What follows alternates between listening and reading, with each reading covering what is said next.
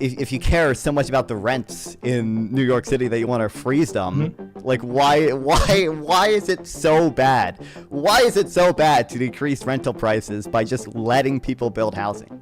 We have homes, they're just kind of owned by like banks and conglomerates and businesses and people. Like they're businesses, they're not like they're not owned by just residents. When I think of these things, like I'll literally like envision in my mind, like I see like when I go back to my AP microeconomics class and I see like the cost curves of companies or whatever, and I feel like when you don't do that, a lot of times people are kind of just fill in the gaps with corporate greed, and like there's just no good evidence for that. So if you want to help me continue to produce content, liking and subscribing is greatly appreciated.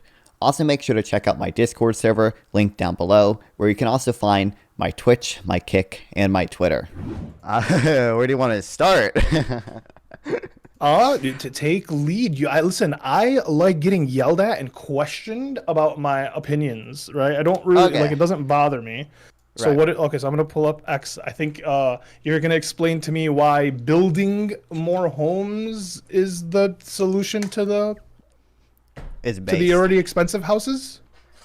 Basically. Right?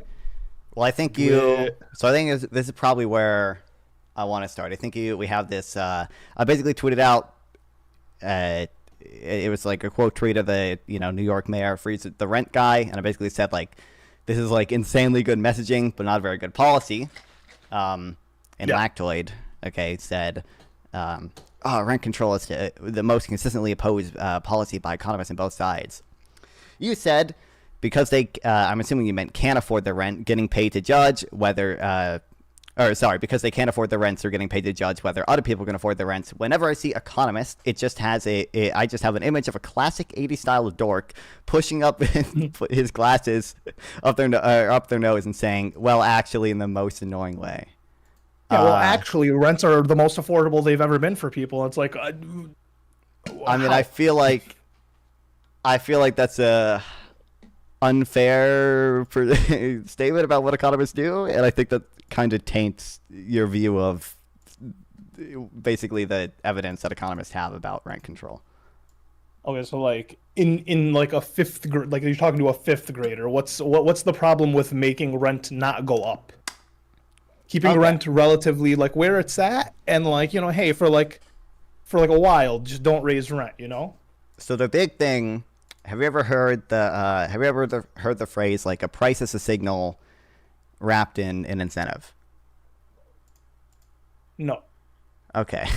And I don't know anything about economy necessarily, so like I will not have heard most phrases or anecdotes, right? Like, right. Okay. I'm very much like I'm an idiot in this regard. The big thing to understand is that prices are not like arbitrary things, right? Like there are consistent, essentially, I would say laws of economics. People might take issue with that phrasing just because the laws of economics might not be as consistent as the like laws of physics or whatever. That seem to apply in most cases. It seems to be the case. Like we have lab experiments of this where we literally put people in fucking labs and like make them run auctions and stuff. And we also just have natural experiments where we observe things like the law of demand. So if the price goes up of something, people demand less of it. People buy less of it. And the opposite of that, the laws apply. If the price goes up for something, the incentive for producing it goes up and people produce more of it. And from that, we can basically construct it's sort of a basic supply and demand model. And this would give us this gives us predictions. So I'm curious. Have you ever just like seen the graph for like the supply price and demand ceiling? Chart. Yeah, I understand basic supply and demand. Well, yeah. So I'm asking, have you seen the graph for like a price ceiling? No. Okay. Yeah, this is gonna be difficult if you're gonna try. This is gonna be. Yep. I'm gonna build try not more to... housing, right, and then build more housing, freeze the rent, and then we got into a little spat there, and then it was okay, I'm seeing it. Yeah. Okay. Basically, what happens when so the market kind of has this natural equilibrium, right? The equilibrium price or whatever. When we say actually producers, you cannot charge the equilibrium rent. Two things happen. One, the quantity demanded goes up, so more people want these cheap homes. And two, the quantity supplied goes down. So homeowners supply less homes. Now, obviously, in the short run, so the supply of like apartments is pretty inelastic, but you do see, we empirically observe this, landlords will convert their apartments into, for example, like condos for owners, and they'll just build less housing, which actually ends up having worse long run effects because you, in the long run, reduce the supply of rental housing, and that's like a really bad thing. Okay, but then like, if we keep raising the prices and people can't afford their rents, or they feel like they can't afford their rents, right? Then they don't rent in those places, or you get more people who are like cohabitating that, like, you know, you have 4 people in a 2-bedroom apartment, or what you have in New York, which is like, you know, sometimes it's a 1-bedroom apartment, but you have like 5 people living in it because it's, you know, $3,000 a month and so on and so forth. So it's like, what do you, is that not also a problem or an issue? I think it's an issue, but I think the relevant thing is that, again, prices are a signal. They reflect, they show information. What the price of homes is showing you is mostly that we just don't have enough homes in the areas where people want to live. And that's basically the fundamental reason why housing prices are so high. Because we don't have enough homes. Relative to isn't the it because demand the people who in the places people isn't want it them. because when prices were low during like the recession in '08 and so on and so forth, that like a bunch of people bought out homes and just became landlords? There's It's like we have homes, they're just kind of owned by like banks and conglomerates and businesses and people. Like they're businesses, they're not like living, they're not owned by just residents. Well, so 2 things. I mean, one, there's not good evidence that actually has any effect on the macro scale, where it seems like we do have evidence, we do have really good studies that show like, oh, you know, rents in Manhattan are really expensive because Manhattan makes it impossible to build homes there. It's just like flat out illegal to build as many homes as we want to build in Manhattan because of the zoning regulations there. Yeah. And 2, when you constrain supply, even like a minor increase in demand will, you know, shoot prices up really high. And so if you want to address basically the fundamental issue there, I would say make it legal to build housing, and people will build housing, and then these whatever banks buying homes, you know, Blackstone buying homes, is just not going to have a very big effect. Yeah, it says it's only 3% of houses, 4% of houses are owned by the banks. Okay, so like people say they can't afford their house now, but you want to build another house. How much is it? How much is that house going to cost me? Going to cost you, the buyer, or the supplier? Yeah, like the consumer. Like I can't afford a house right now. Like the prices are like they're like insanely high. But like we're gonna build new homes. I would assume the new homes can't be cheaper than the old homes, right? That just like doesn't make sense. Everything's expensive. So building. Well, so like a new home is not going to be like literally cheaper than the old homes or whatever, but increase in supply overall will bring prices down. So like a lot of times what happens is like I think they call it like a hermit crab movement, where if you build a new home, well, people, you know, who had the money to look for a new home will move into that new home, and that frees up their older, shittier home, and people who have the money to move there can afford to move there. The issue is right now, so you do still have an overall decrease in rents. You expand the housing supply, and that there's an issue down. There though. There's an issue there though. So like houses right now are like, let's just say $300,000, right? And someone who, you know, there's a new place, they're building new homes. It's a new home, it costs $400,000. The person who lives in the $300,000 house wants to move to the $400,000 house. They're not going to sell their home for less money, right? Like the market is the market. So just because people build new homes and they're more expensive doesn't mean that the price is going to go down. Like my house isn't going to depreciate in value. So in some cases, you're not necessarily going to see, if you just build a bunch of homes, that houses are like literally going to depreciate in value, but you will see basically the rate at which they increase, it stops going down. And I think I think the bigger impact. I mean, it slows down. It doesn't stop going down. It slows down. So the issue is that houses are expensive right now, and then like in the future, it's going to be like slightly more expensive now because we built new homes, but it's still going to be more expensive than it is today.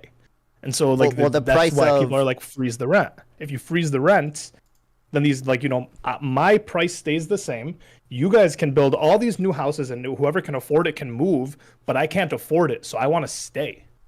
Well, the price of everything, tends to go up over time. I would just say like the main reason the price of houses are going up like so much more than inflation, it seems to be zoning laws, and it seems to be like we have. Well, what about apartments though? Like we have good. Like my brother lives in an apartment. Last year he was paying $1,500. He just re-signed a lease at $1,650. I mean, $150 is, and he's a college student, right? Like, I mean, we're helping him, whatever it may be, but it's just like, what's like, why did it go up $150? Just cause? Probably because the landlord had some increase of cost, and they wanted to, or like there might be a market power explanation, but I think it's probably more likely the landlord, for whatever reason, had some increase in cost and raised prices to cover it. I think that's probably. Yeah, I think sometimes they need to eat the cost because they make a lot of money otherwise. Like these are $1 million companies, right? They're conglomerates. They own a bunch of properties, right? Like Glencoe owns like a lot of property in Ypsilanti, Michigan, right?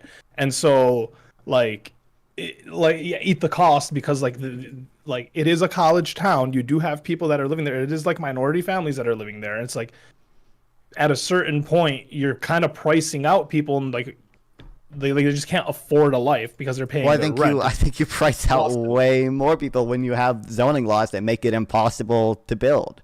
First of all, I don't think the I don't think like the eat the cost thing works. Like you're not gonna have altruistic landlords, and I think that's a good thing. I think the market sets up really good incentives for people, and I think what ordinarily would happen when the price of housing goes up so much is that the return on building housing would go up as well, and developers would build more housing. It's just that currently we make that impossible to do in most Democrat cities.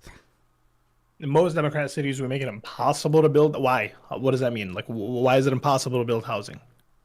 Because of zoning laws, primarily. We say like, zoning law says like you're not allowed to build here because that's the NIMBY and YIMBY laws, right? Yeah, basically we restrict. So it depends.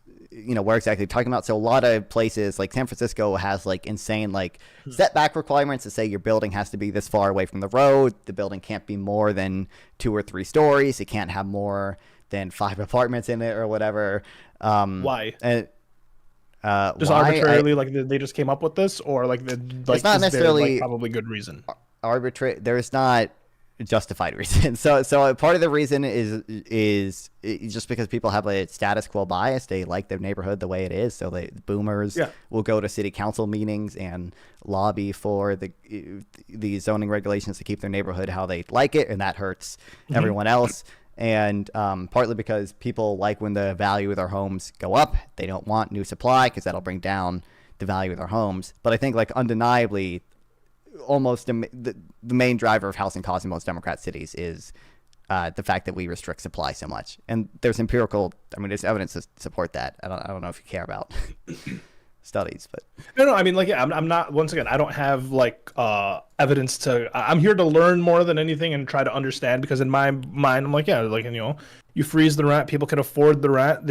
The landlord maybe doesn't make more money the following year. They make the same amount, a little bit less. Oh, well, boo-hoo. It's not about them being altruistic. It's about me not giving a fuck about them making more money.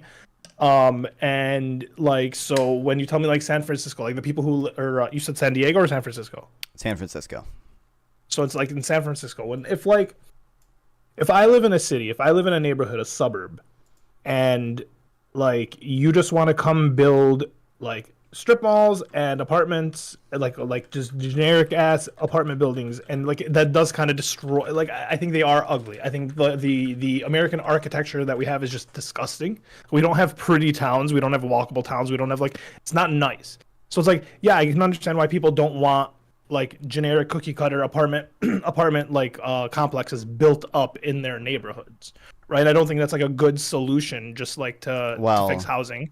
I mean, I think we have to weigh. So we have to weigh, like, you know, do I do I want an ugly building in my neighborhood versus do I want a bunch of people like priced out of the city? Do I want a bunch of students that are never going to be able to live in the city because rent is too high? What's the problem with building up surrounding cities? Why do you have to focus in on San Francisco, right? If you build up a surrounding city, right? Well, I don't. I mean, I don't have a. I don't have an issue with building more cities or whatever, but I think a lot of people want to live in San Francisco, and I don't think it makes sense to like kind of just have regulation that makes it way too expensive to build in San Francisco. Okay. I don't think the character of San Francisco outweighs the benefits from cheap housing. You live in San Francisco? I don't. So then, like, kind of like you know, your opinion wouldn't matter to the people who live there, right? Like, where do you live? And then you should like opt to change in where you live. I actually think I actually think this is part of the issue. It's that like there would be like kind of broad, like really big economic benefits from a lot of these like Democrat, you know, coastal superstar cities from actually allowing people to move there and work there. And right now it's just way too build expensive up the surrounding cities. People will move there and they'll commute to work. The people, well, sure. So number one, I'll say like most cities when they get big tend to start having these problems, or most Democrat cities when they get big tend to start having these problems. But like, what is? I don't understand what are.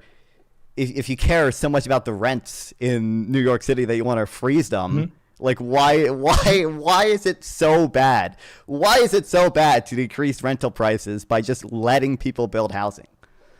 So my thing is, I don't actually believe that the rent is going to decrease very much. I have a pretty cynical view of landlords, business owners, in the point like where like if a price raise comes due to like inflation, right, and then things normalize and go back down, I think like let's just say eggs, for example. Let's just say eggs were $1 an egg before, but because of inflation and everything, eggs have to be $1.70, right? And then I think once everything settles down, right, the proper price of eggs would be like $1.10, $1.15, but then they just drop it from $1.70 to $1.50. Like it's like I just don't think that's that's kind of how I think these places operate, and it's tough because I think like there's more margin. These people are used to paying $1.70. They're gonna feel grateful for paying $1.50. The normal pricing would be like $1.15, like, you know, due to like adjusted, and like, but they're gonna charge $1.50 because like now we're gonna get that extra like 35 cents. And so like I would see that with housing, right? So like right now, if like rent in New York is $1,500 for an apartment, let's just say. You build new housing, right? Like as we're building new housing, the price goes up. The price is like $1,600. The new housing comes, they just drop the rent to like $1,575, and it's like that didn't really help. That didn't solve the problem, right? Like the rent still went up, and the people still can't feel like they can't afford it, at least, right? I'm not going to say they can't actually afford it. They're spending their money elsewhere. People are bad with their money, but they feel like they can't afford it. This is a huge problem.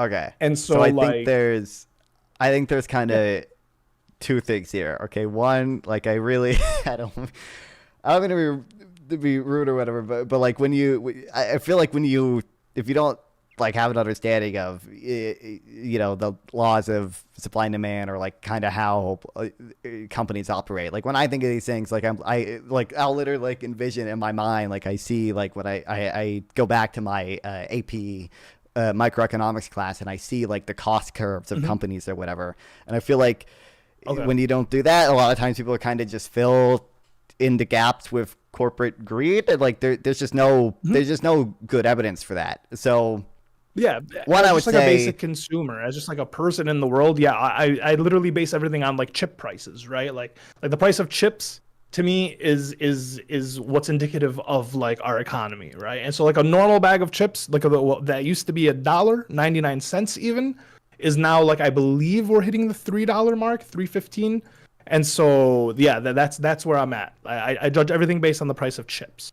Okay, I mean, so I kind of I'll grant you a little bit the price of chips in, because I do think there is I didn't read too far into it. I do think there is evidence that essentially a lot of potato companies kind of did collude on prices, because they all use the same, or they didn't intentionally do it, or maybe they did. They all use like the same algorithmic pricing thing, which actually ended up basically price fixing for them or whatever. Sure. But this is just like not how.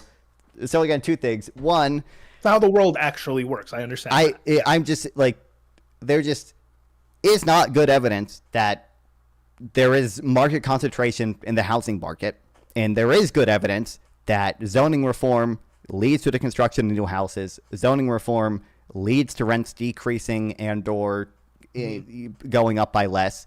And two, like if you're worried about market concentration, well, like that market concentration is enabled by having barriers to entry in the form of zoning laws. Like if there's only one company, building houses in the area, a lot of times the reason other companies don't move in is because guess what? It's just not possible to build housing in this area. Why would they want to try to compete in this market where it's just so hard to build housing? And also, I do think even if I granted you the market power thing, like the observed effects of rent control are still bad, and there's no reason to do it. But yeah. So, okay, so like I'm from Detroit, and in Detroit there are abandoned areas and there are areas that are being revamped. Right? It seems like the areas that are being revamped get revamped every 10 years. The same amount of money goes into these same areas because these are the downtown areas, are the good areas. And then I look around, and it's like a mile out of the city, and there's just like loads of abandoned buildings. It's like the premise that you're saying that like they're not allowed to fix up these buildings. Like, is that a problem, or is it just like they want to develop new land in new areas and they're not allowed? So I don't know about Detroit specifically. It wouldn't surprise me if there were laws in Detroit that restricted the houses that you could build. That wouldn't surprise me. But I think Detroit might also, I mean, it might just have other issues in that people just don't want to live in Detroit. Like I don't think, like, is Detroit a particularly unaffordable place to live? I don't actually know, but so like the downtown area, yes, obviously. Downtown is pretty nice right now. People are like kind of flocking there. There's a lot of businesses. There's a lot of money to be made. There was a huge boom because of the mortgage company, right? There was Rocket Mortgage, and they kind of boosted the economy there a lot. So downtown and like kind of the surrounding, the midtown, the little town areas, they're really, really nice. But then there's like, Detroit's pretty massive. So like it expands out like 10, 15, 20 miles, right? And so like the surrounding areas are pretty bad. Now, a lot of people are living there, right? It's just like when I look up a rent in an area that I know is just a shit area, right? It's pretty fucking dodgy, right? There's a McDonald's called the Murder Mac over there because of the way the drive-through is. You're kind of locked in an alley, and so it's a bad area. When I see rent there for like $1,200-$1,300, I'm like, yo, I don't know who is, because it's surrounded by like Section 8, right? And so like there are like apartment complexes and like houses, and it's like kind of a trap house for $1,200, and that's kind of the average in the area now. And that's what I'm like, sure. Yo, I don't know what we're doing here. Like that doesn't make sense to me. I mean, I think it's likely that Detroit has like kind of broader issues with it. But like I would guess that like it probably is the case that part of the reason housing is unaffordable in downtown Detroit is because supply is not allowed to meet demand, because they probably do have zoning regulations in these areas or whatever that restrict builders' ability to supply new homes or whatever. Well, there was a lot of new build. Right? That's kind of what I'm saying. Is like before the buildings and they the quote unquote gentrified it, right? Like before it was nice. Rent was affordable. Like you could go downtown. It wasn't the best, right? It wasn't the worst, but like everyone's heard the stories. This new shit comes in, and like all the people who were living there before just couldn't afford it because it's like super nice. So then like a bunch of people who can afford it move in, and then all the people who couldn't afford it just move out to the areas that were cheaper at the time and that they could afford. But then those prices are kind of like competitive, right? Like an apartment, like a 1-bedroom apartment in downtown is like $1,700. Right, whereas like a house, right, like a 2-3 bedroom house, but it's kind of shitty, is going to be about $1,500, right? So it's like there's almost like no difference in price, at least like especially for what you're getting for $1,700 and what you're getting for $1,500. Right, I guess so like that's kind of the issue. So I'm usually concerned with kind of the more like overall effects of things. So like I think if we look at the effects of rent control, which you have studies on, like you do find that like it probably prevented some amount of people from being displaced or whatever. But a lot of times it does so by like ruining the city. Like the reason like rent is cheaper in these areas, or part of the reason, and it has spillover effects actually that we observe too. Not only does it make rent cheaper in the rent controlled apartments, but in buildings nearby as well, is because like the quality of these homes goes down. Like we observe this in almost any rent control study. We see the quality of the housing that is rent controlled goes down, and that decreases property values nearby as well. And it also, depending on the exact policy, it means that less people build housing in the future, right? So like we have to weigh, we do have to weigh the benefits of like, some people are prevented from being displaced versus the quality of housing goes down, the supply of housing goes down, and the long-term effects on housing prices is actually a lot of times negative because, like I said earlier, like we have evidence from San Francisco on this, like people, landlords just converted the rental apartments into like condos, into owner occupied things. And that decreased the supply of rental housing in the long run. So that actually hurts renters long run. Yeah, it just feels like the solution is just moving people around, and that's kind of like the issue. Is like we build up the new housing, then the people who were living there before, it's gentrified or whatever it may be, then they can't afford it, they move, and then we just keep shuffling around, and there's always like ghettos, and there's always like rundown cities, and instead of like focusing on rebuilding or building up like those cities, we focus on like the already kind of rich cities. Like I don't think San Francisco is a broke city, right? So like when the people are like, hey, I don't want you to build apartment complexes here, they have a point. Like we're successful here, we're fine. The surrounding cities need help. Go build them there. They'd be way more successful if you could build a skyscraper in San Francisco. Well, not really. You can't build. Well, not really, because what if people like? So how many students? If the appeal of California is that you can see the sky and you can see the mountains and you can see like whatever, and then like you build up these areas and people don't want to move there anymore because the city lost its culture, it lost its appeal, it lost its like vibe. Like, are you really doing better for the city if people don't like it anymore? So what I don't think that's the main reason people move to California is because of jobs and colleges and things like that.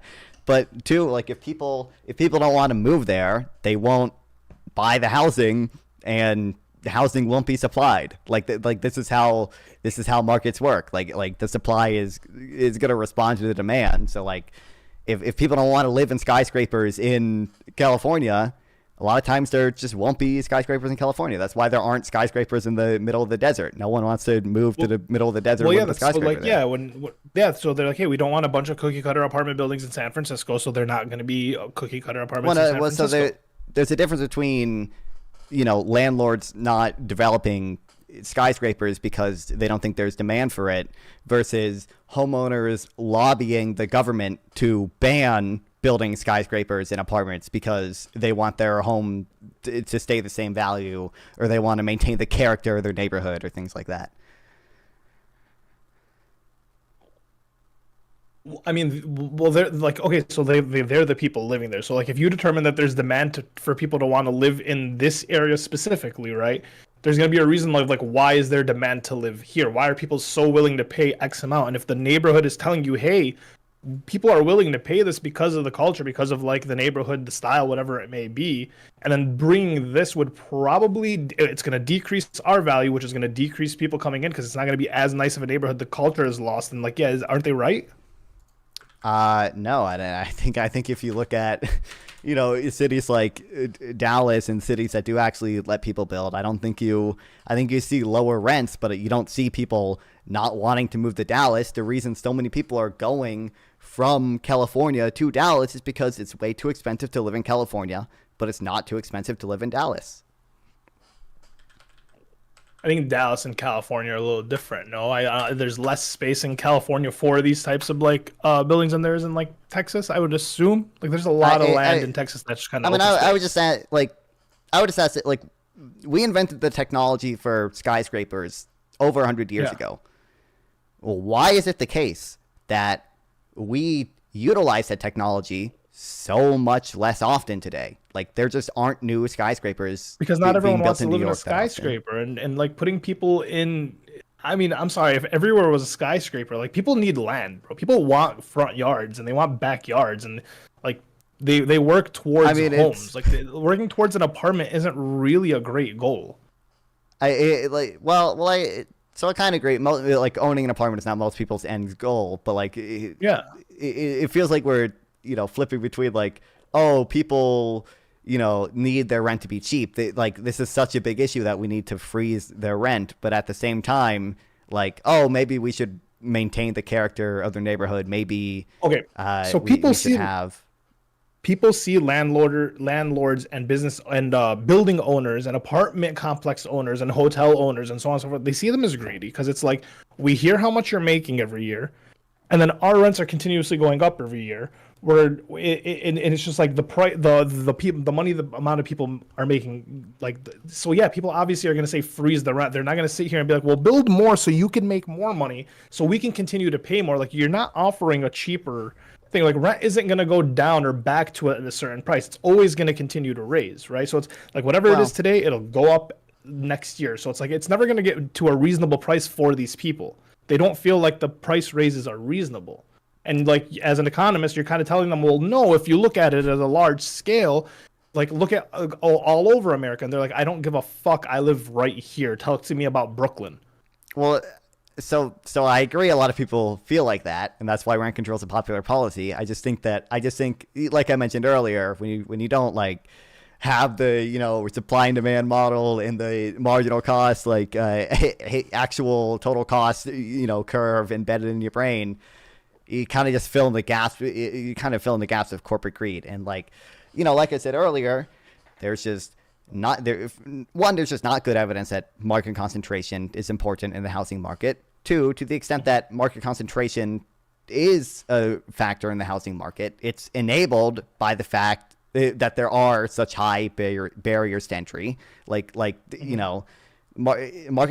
and this is exactly, if supply is constrained, a small increase in demand from whatever bank investment firm buyers will have like super high effects on prices. So again, the solution to that is just make it easier to build. Developers will build land. As supply increases, rents will fall. We have empirical evidence from this. The observed effects of zoning reform tend to be really positive. The observed effects of rent control tend to be decreased rental stock in the long run, decreased quality of homes, decreased there's shortages, there's wait list, there's a lot of bribes. People in New York will pay for a furnished apartment just to get around. In the furnished apartment, it's like one couch in the corner, and it's really just a bribe to the landlord to be able to pay more than the like rent controlled amount. You just don't see positive effects from rent control. Well, you don't see positive effects overall. The person who's living that doesn't have their price go up. That's what I'm saying. You have to convince. You have to make your like this entire thing digestible to people who are like, hey, I don't think I can afford my rent. I'm living month to month. I'm going crazy.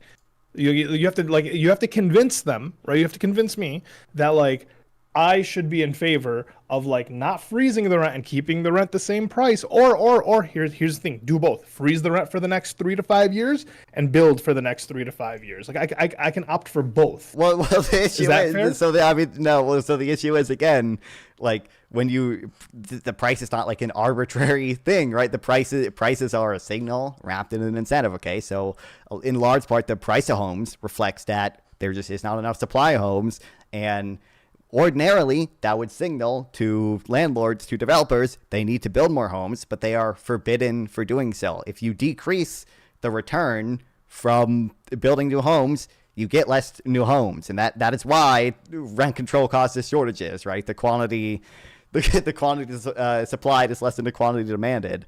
That's the fundamental issue. And again, I was just like, when he says... I listen, here's my thing. I could agree with you. right? I might even agree with you because it makes sense. You build new homes, people are going to move out. They're going to buy the new homes because they don't like their old home. They're like, ooh, something new and shiny. They're going to move in that home, right? Like if there's a bunch of other homes, obviously the price is going to have to drop a little bit, right? But like it's just you got to make it sound sexy to the people who are currently dealing with a struggle, who don't have time to wait for like developers to build and don't know to sit here and vote for developers and wait for the vote to go through. And like, you know, you got to make it really appealing for people who can't afford their rent this month. So I mean, I can agree there's a messaging issue a lot of times because like, I think the corporate greed narrative works pretty well. Like that's intuitive to a lot of people, but explaining to people, you know, the zoning regulations, it's just not very intuitive, you know, to a lot of people.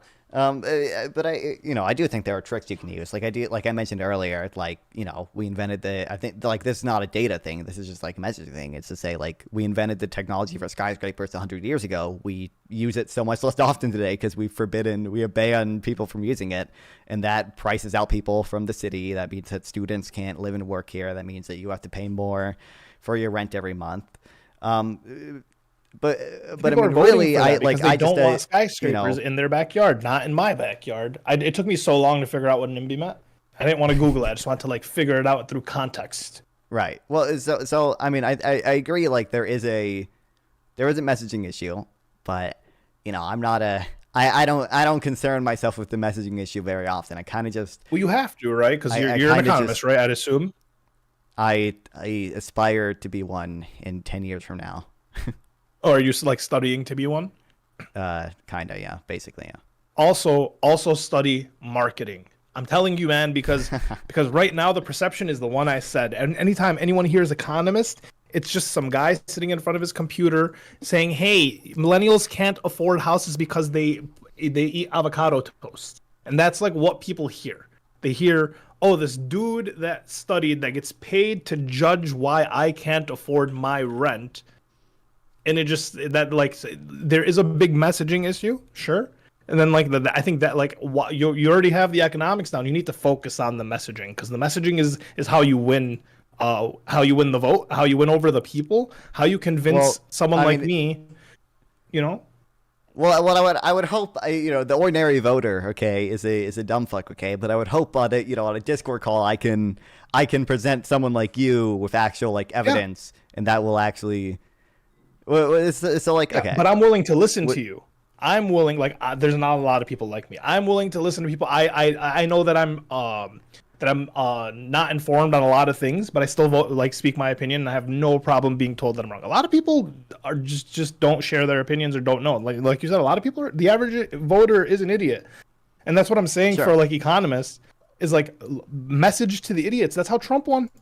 But Trump won. He messaged to the average person. He said, "Listen, bro, you guys are broke. I'm gonna make you guys rich again." And that's all it takes for people, right? They just need something to like feel like, "Hey, cool. So next month I might be able to afford my rent." You need to convince them that next month they can afford their rent. And freeze the rent right now sounds like it. I agree with you, and that's why in my initial tweet about this I said this is good messaging for not so good policy. I'm just more concerned about addressing the substance of like the not so good policy part. I would ask, like, do you agree that this, generally, from the evidence that economists have looked at, the observed effects of rent control are just pretty bad? I think they universally, sure, right? I can see how like as a country, right? If you look at like rent control like across a country, yeah, I can completely understand how it is bad. But for like the people who live in their apartments are just like, "Yo, dog, I don't care how bad it gets later," right? These are the people who are kind of like, "I can't afford a car," or "I don't have a car, I need a car." Right, so you go to one of those no credit, no problem dealerships, and they're like, "Hey, so we'll give you a car. It'll be $350 a month for the next like 87 months." Right? And then the total of the car is like fucking $35,000 for a $10,000 car. And you're just like, "Oh shit." But they need a car. They need it now. This is what's available to them. So it's like, yeah, is it a bad option? Sure, but it's the only one they have, that being like freeze the rent. Their only option is freeze the rent because they can't afford it. So it's like, yeah, I can understand like on the economic scale and like so on and so forth, but like to the average person, it's like, yo, dog, I don't care what economists say. If that's the case, countries going to shit anyways. But like, well, I mean, I agree that average people don't care about what the economists say. But again, like, I will tell you, like, obviously essentially any policy is going to have winners and losers, right? The important thing is whether this policy has more winners overall or more losers overall. So the winners from rent control tend to be people already in their homes that are rent controlled, right? But then we see things like I mentioned earlier, we see less rental housing being built. We see, rentals being converted into condos, into owner-occupied housing. We see the quality of these rental houses go down. We see a misallocation of rental properties, right? Because like you see people in New York who, if you have a rent control property and you have a few kids or whatever, and then your kids move out, I have no incentive to move out of my rent control property, and that's why you see people in New York have like passed down their like rent control property for generations, when it would be way more efficient for them to actually move out of their oversized apartment and move into a smaller apartment and free up the apartment in the city for someone who actually does have kids. Yeah, but how much is that smaller apartment? That's kind of like the issue is like, I agree with you, because like Friends, right? That's like the perfect example. Is like Monica had this fucking huge apartment in New York, but it was a rent control apartment that her grandmother, like it was her grandmother's apartment, right? Handed down, so on.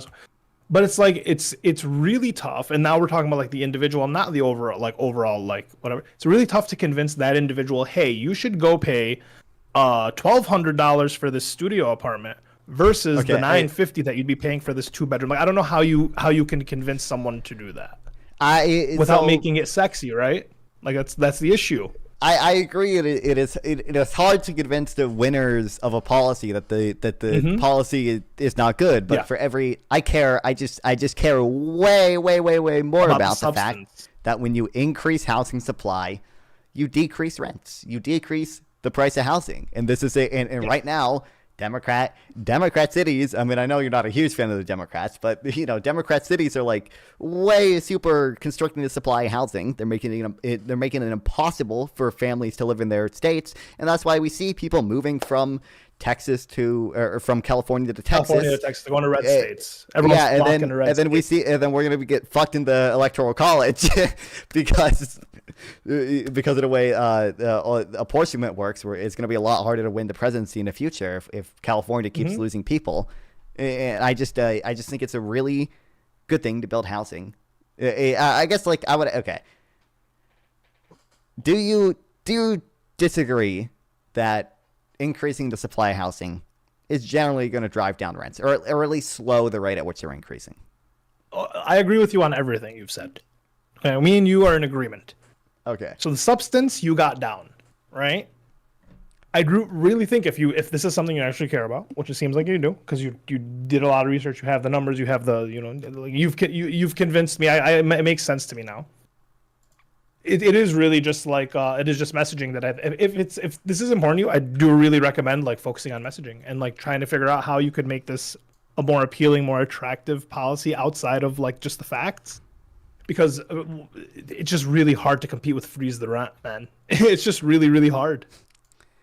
I mean, I agree. Like I don't know exactly what the solution is, but like so it sounded like at least when you first tweeted that, like you said that you were in support of like freeze the rents. Like you did just genuinely want to freeze the rents.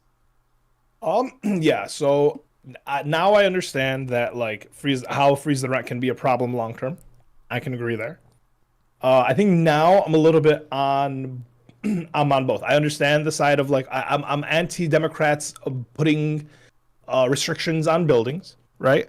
But I do think that the actual way to tackle this is, one, look at surrounding cities to the major cities that are popular. So like San Francisco probably has sister cities like right around it that aren't doing like the greatest, that could use a boost.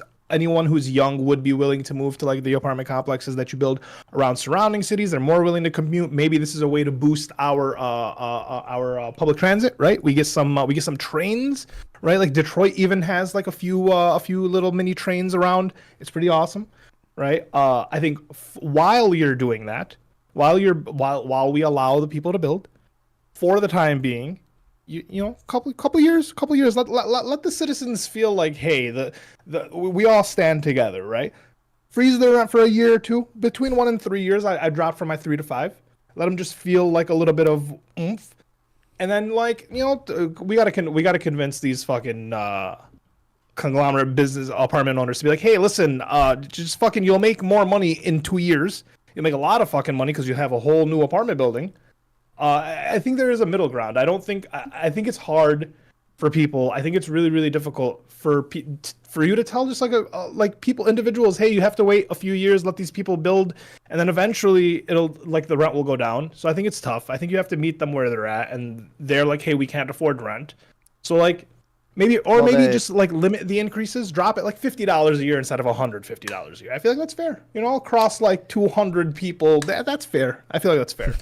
I mean, there are, you know, there are less bad ways to do rent control. So like if you do, you know, if you just do like, I'm going to cap like how much you can increase rent, you know, every year. Yeah, that's like, fair. Slightly or whatever. That's a less bad way to do rent control. It's probably still net bad. And that's, by the way, the Zohran guy. Well, you don't do it forever, right? You just do it temporarily. You do it temporarily just so you can show that you're standing in solidarity with your citizens and your renters, while building new development for the other people. And then, free ball once, let the market do its thing after that. I mean, I would expect, like, even if you repealed most of these zoning laws or whatever, and then only had rent control for a few years, I mean, I would expect at least the quality of the housing to go down in the rent controlled areas. No, it should be all right. 2-3 years, nah. These people still like their communities. And then we do community morale programs. I actually have a large problem, not with what you're saying, but like the fact that you're saying it, right? I don't like the fact that people let their communities dwindle, right? I actually do want people to have more pride in their communities. That's why I prefer rebuilding older communities. I like the rent to stay kind of similar to what it is, because the people that are living there, they can't afford it. But I do want to try to incentivize more pride in people's communities, whatever it may be, right? It's just people should care about where they live. They should care about their streets. I kind of regret not getting into city planning when I was younger. That seemed like a pretty decent role for me. But I do really I want people to have more pride. So I dislike the fact that you're even saying like, hey, if you rent control, then the city, like, it kind of goes down, because I think people should be proud of that. Like, they should be happy if the rent is controlled. I think they should be happy, and they should be more incentivized to take care of their community. I mean, that's just at odds with the observed outcomes. And it's just ideology. In a world of ideals. Well, this is the issue, is that, like, obviously, like, I don't think ideology should be the main driver of like what we think the effects of a policy are going to be. I think it should be.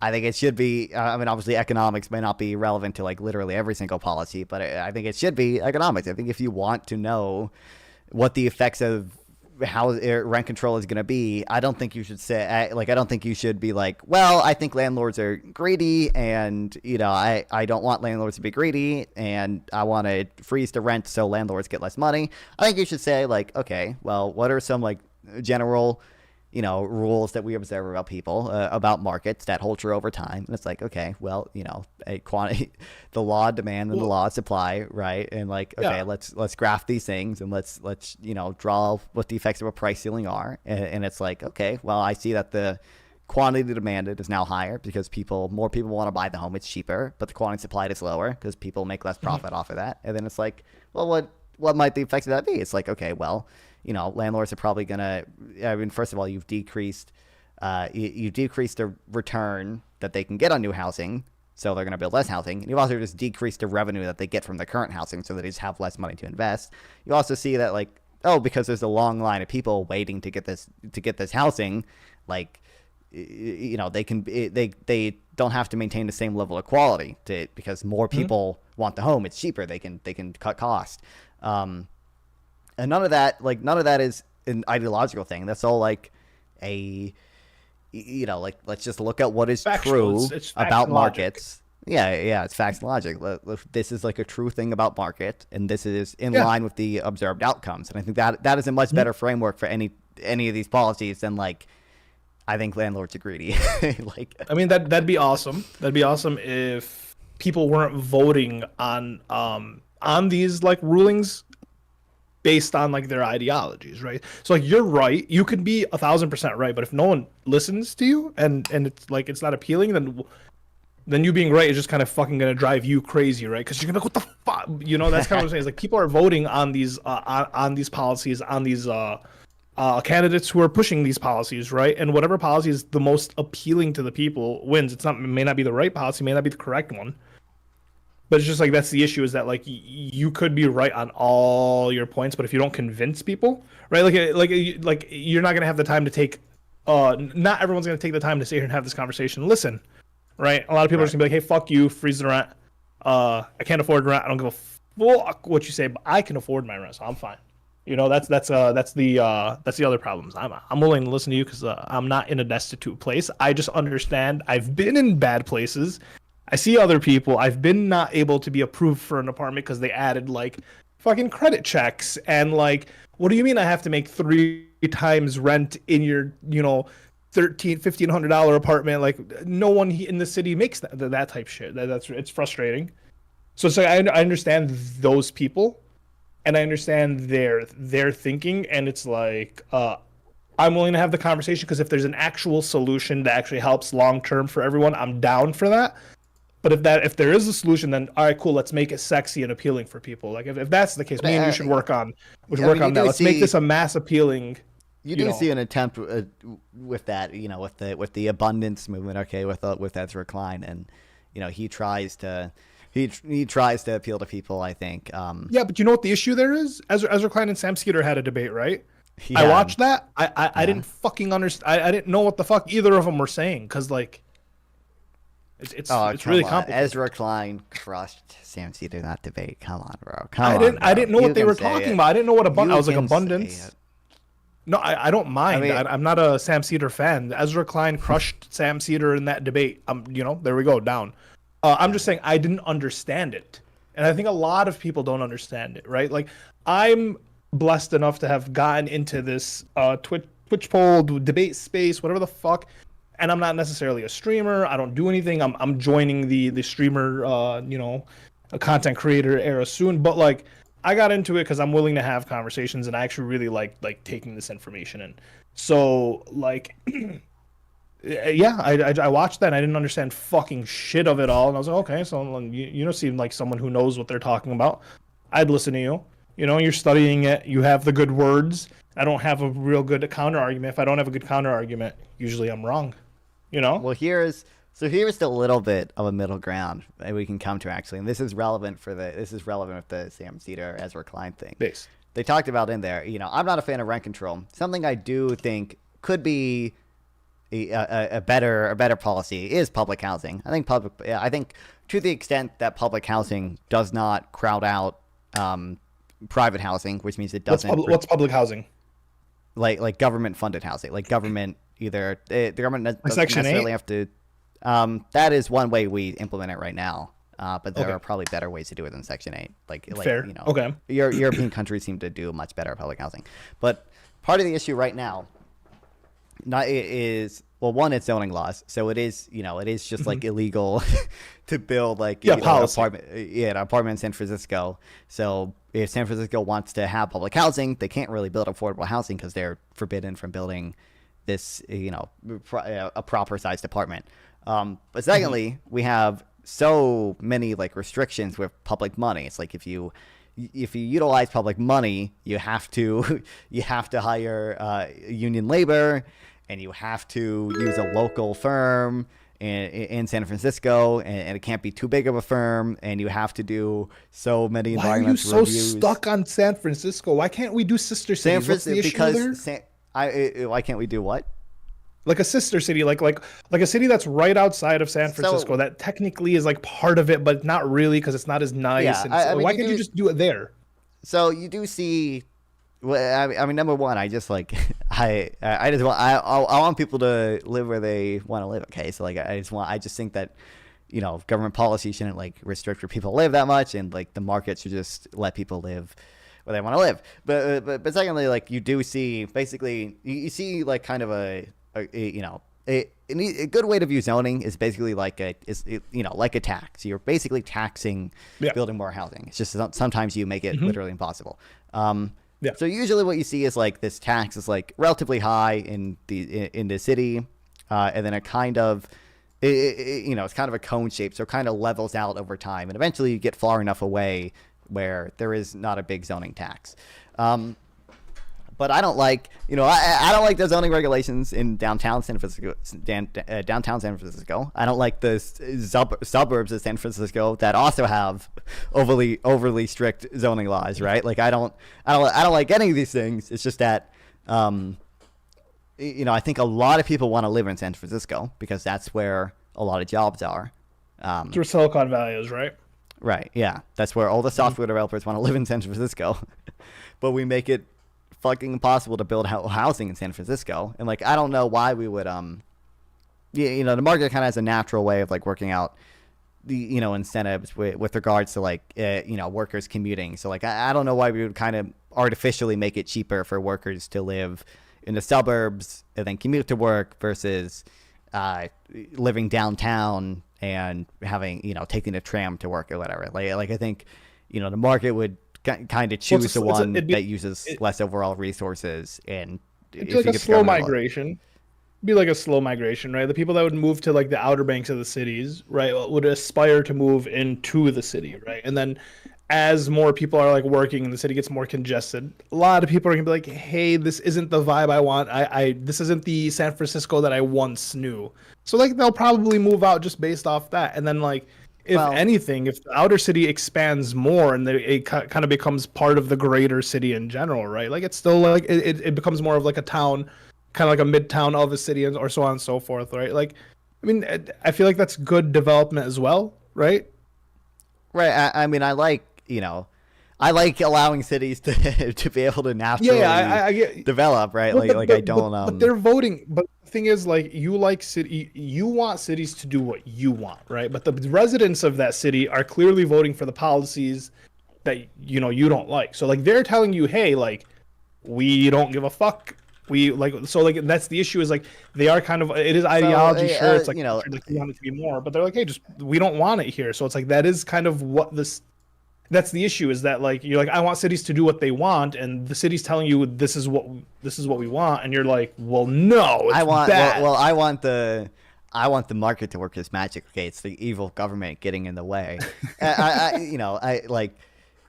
I'll say so. Number one, like it is basically half that. Like the issue is the government regulation, right? So like when I say I want cities to be able to develop naturally, I mean I don't want the boomers to go to city council meetings and restrict the housing supply. Vote away the millennial Gen Z issue. Yeah, I feel exactly. Yeah, and well, the second thing is just that. So it's not, a lot of it isn't so much like the people are like voting on this or whatever. To an extent they are, but to a large extent it's just boomers have the time to go to city council meetings and ruin an entire apartment project. It is fucked. It's not like we don't have a very democratic system for this stuff. It is way too easy for local residents to block private development that happens to be within 10 miles of them. It is it's bad. All right. I think we came to a decent middle ground. I do add a jet in a little bit, got like a minute or two. Yeah. But I think we came to a decent middle ground. I think the sister city thing, a little bit appealing, right? I think that's a good one. But I can agree with what you're saying. That like obviously building new housing, people are gonna there's more supply, or there's more supply, demand will be met, therefore prices will be lower. I think that's how it works. But like I can understand that. I can agree. I do really think that the substance for you isn't the issue. I think messaging, like in terms of policy, I think the policy needs to be messaged better, because it is hard to compete. Like what you said was a lot of words, and then you're competing with freeze rent, right? I don't know what two words. I mean, that's the issue. You know, I don't entirely disagree with that, but like I'm just way more. You know, on my stream, okay, we talk about the substance. Okay, we do the reading, we look at the models. Okay, but. And you push your glasses up and you tell people they can't afford homes because of their avocado toast. I mean, listen, I think we didn't talk about that too much, but I think that's an unfair thing, I know. I was just jabbing at you, brother. I think it's just, yeah. Thank you so much for having this conversation with me, man. I really appreciate it. Well, we'll get into another one soon, okay? Sure, yep. All right, man. Thank you. Have a wonderful day. You too, brother. Oh, boy. That was a fun one. I didn't read chat that much. I saw Patrol. I think maybe Patrol was defending rent control in the chat. I don't know. That's interesting. I just I hope he's not watching. Okay, I don't mean to be rude, but like I do think like genuinely, like if you don't have the supply and demand model like baked into your brain, you just feel in the gas of corporate greed. You're just like, I don't want landlords to be greedy, so I'm going to freeze the rents. I think you're looking for council housing. I saw you in the chat a little bit, Sadara, whatever. I think when I say public housing, I literally just mean like government subsidized housing, which there are a lot, different types of. Like, in some cases, government might literally own the housing. In other cases, government is just like subsidizing the development of private housing or whatever. I don't know why everyone is so obsessed with the micromanaging how cities are developed. Yeah, I know. Happy Pride Month, W. What's up, History B? Bye. Just do marketing. I think I didn't mention this, but I mentioned the like why is it we developed skyscrapers 100 years ago and we just use them so much less today. Oh, Ness, I did see you unfollowed. I'm glad you're watching while you do your hair based. Okay. The only thing better than tariffs is rent control. Thanks, Sakata boy. But I also think like this is a good map. It's like, look, like there's so many buildings in New York City that like would just be illegal to build today. Okay. Because too many apartments, too tall, too much commercial density, too much lot coverage. It's like nowadays you have to have setbacks. Can't be too tall. Yeah, I unfollowed an accident. My bad. Nonfon is a landlord in training. Well, again, I do think, and I mean, I love Socialism. Okay, he's a good dude. Love that guy. I just do like, I just do think it's the case. Like if you kind of don't think about these things that often, you kind of just are like, the reason the price of eggs is going up is because of corporate greed.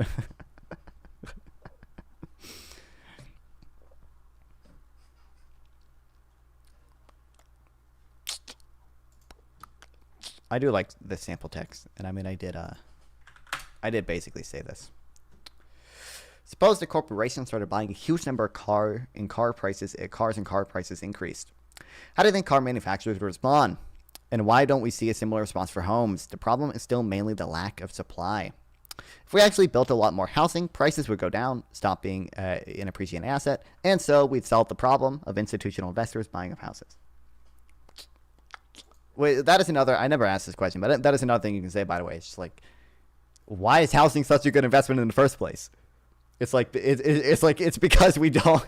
It's artificially scarce. What about taxing empty bedrooms so boomers stop taking up houses too big for them in expensive areas? I mean, I did mention that earlier. Like we do see overconsumption of housing in rent control areas.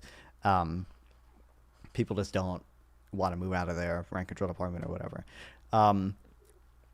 That's why I did actually people criticized Kamala Harris like demand subsidy for homes or whatever.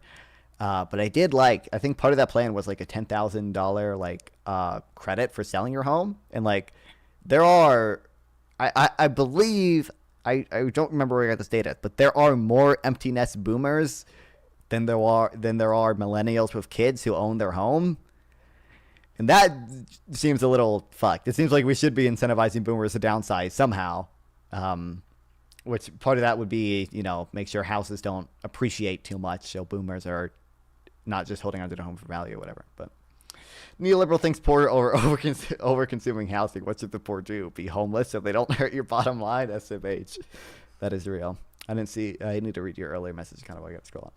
I need to look more into public housing markets like in Singapore. Those units are rent controlled in some sense, but I wonder how they perform relative to just market rent controls. I mean Singapore. Obviously, Singapore is probably going to be different just because the government just owns most of that housing, right? Or like they own the land the housing is built on, at least, right? Like, isn't it like literally it's like 90% of people in Singapore live in like public housing. Singapore is more expensive than New York. There's no way.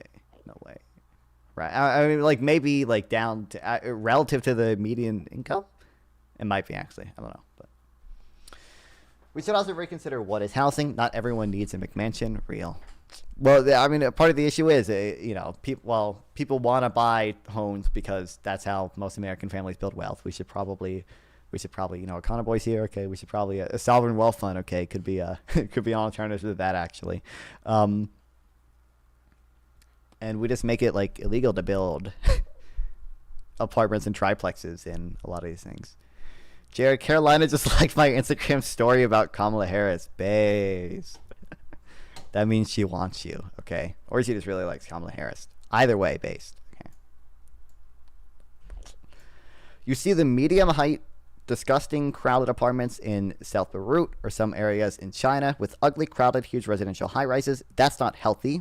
Think of the noise pollution, smell, traffic, and lack of inspirational spaces.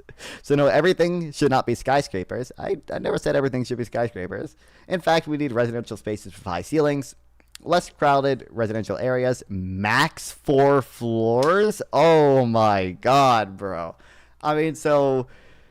I don't think I don't exactly know what so a lot of the pollution in like New Delhi, for instance, from my understanding, it's like caused by them using like less efficient cars that emit more fumes and like and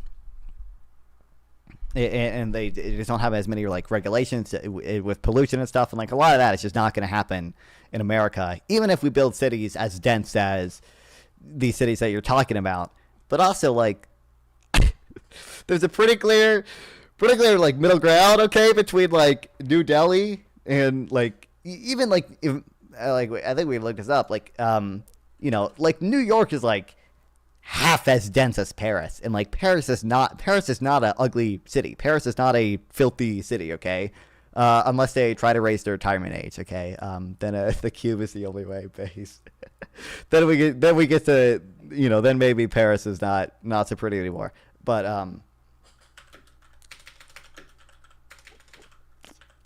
New York population. I should probably specify city. So about 29,000 people per square mile. Probably should be kilometer. 11,000 people per square kilometer. And let's just look at Paris. 19,000. Oh, it's actually not. It's actually okay. What is this? 5/1. Yeah, this is what, like, even if you don't want buildings, okay, over 4 floors tall, should it be illegal to build triplexes in most areas? Some of the laws are like fucking insane. Nonfon, what you opinion on the Elon and Trump divorce?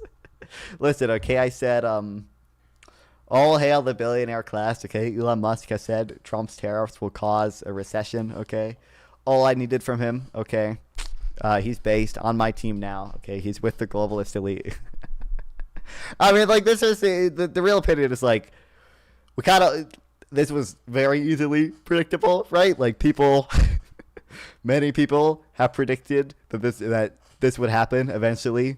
They would break up, and particularly over the debt and the deficit, that would be kind of the catalyst for a lot of them. Your dad bought a Cybertruck? What the fuck? based. Okay. Why? Okay, that's an interesting decision on his part. But yeah, like obviously, a lot of people predicted this. Your dad is gay, based on If you want to chat with me live, sub here or go to Nonfon420 on Twitch or Kick via the links below. Once again, please like and sub to help with the algorithm, and consider sending a donation through YouTube Super Thanks to directly support me, and I'll make sure to reply to any question you ask. See you guys next time.